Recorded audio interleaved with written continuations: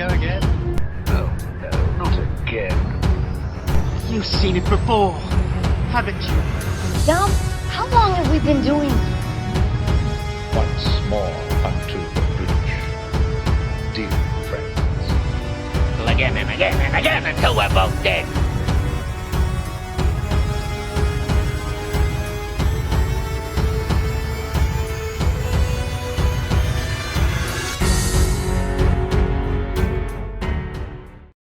Hello and welcome to You've Seen It Before, Movie Reviews Connections in Mind.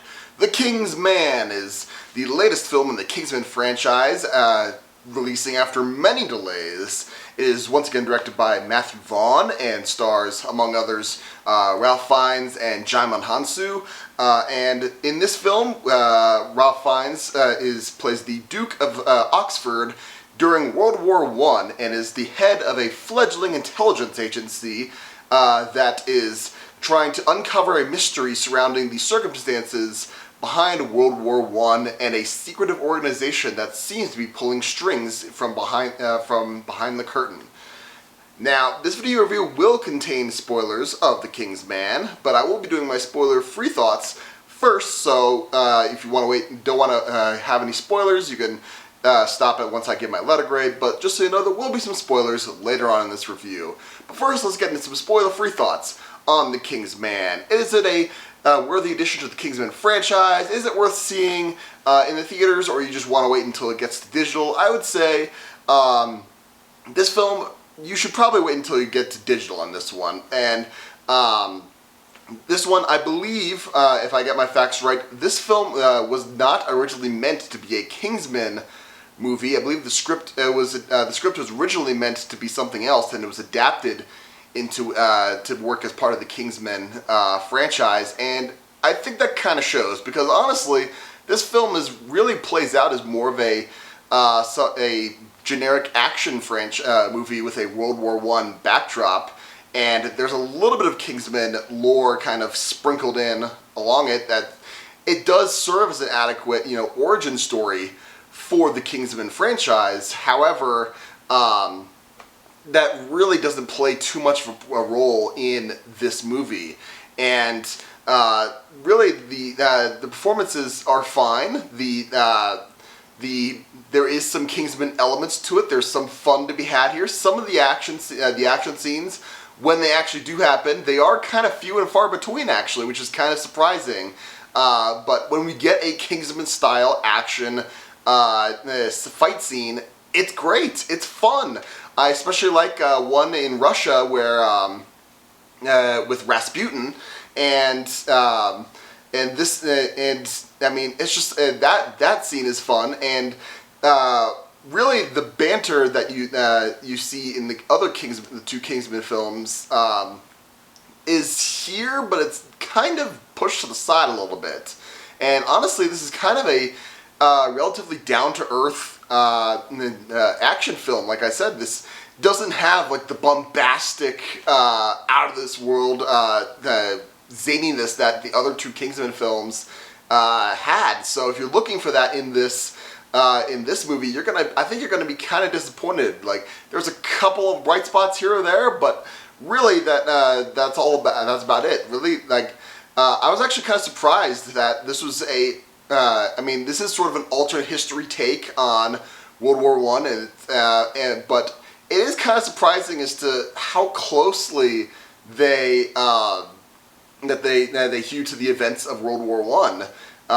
I mean, when you recontextualize, it's basically recontextualized as a spat between the three monarchs of the time. King George V of England, Kaiser Wilhelm II of Germany, and Tsar Nicholas II of Russia.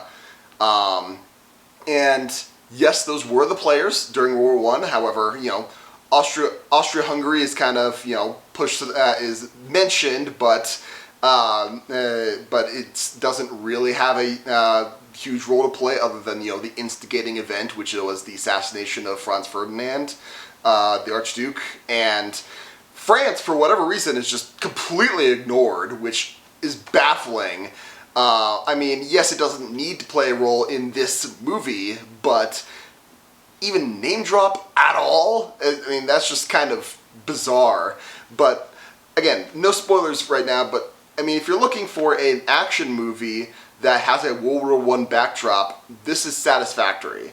If you're looking for a Kingsman movie that serves as an origin story for the Kingsman franchise, this is also satisfactory. If you're looking for a Kingsman style movie where it is, riffing on spy tropes and it has the zany action and is very clearly winking at the camera and over the top, I don't think that's this. Like, there is a attempt to have a James Bond style villain behind this thing, complete with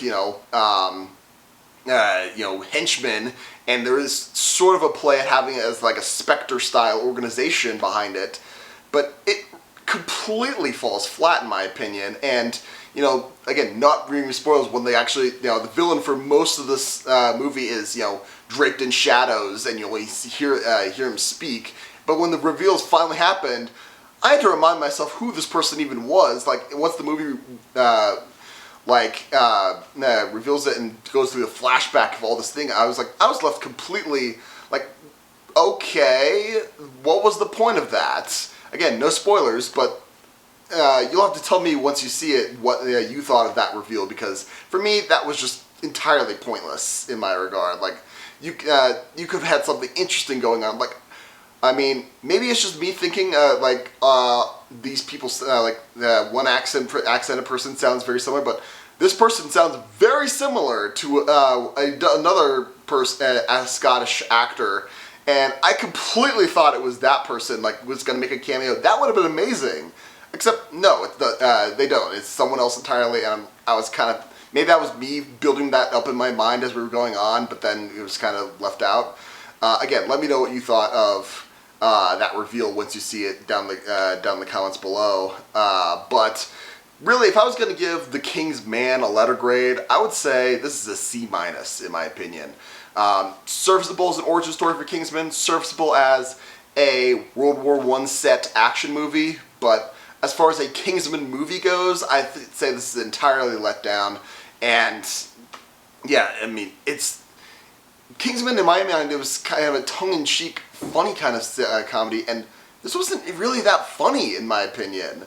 There was hardly any humor at all in this movie. I was kind of surprised and kind of let down as well. So those are my spoiler-free thoughts on The Kingsman. Now let's get into some spoiler talk as to certain plot developments and character arcs that may seem familiar to you and where you may have seen them before.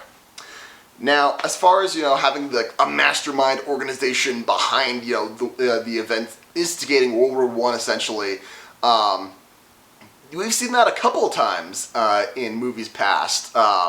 You could say the League of Extraordinary Gentlemen kind of went down that road with that organization.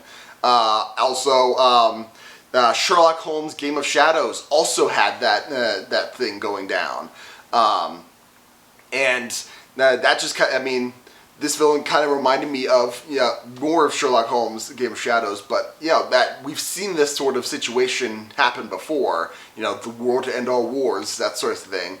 But also, I mean, going back to the point of this was the Kingsman franchise is sort of a tongue-in-cheek James Bond parody sort of franchise, and we get a little bit of that. Specifically, the villain's lair, I guess, headquarters is on top of this gigantic, rock cliff, and the only way up or down is a chairlift or something that is cranked down with a rope going down and up.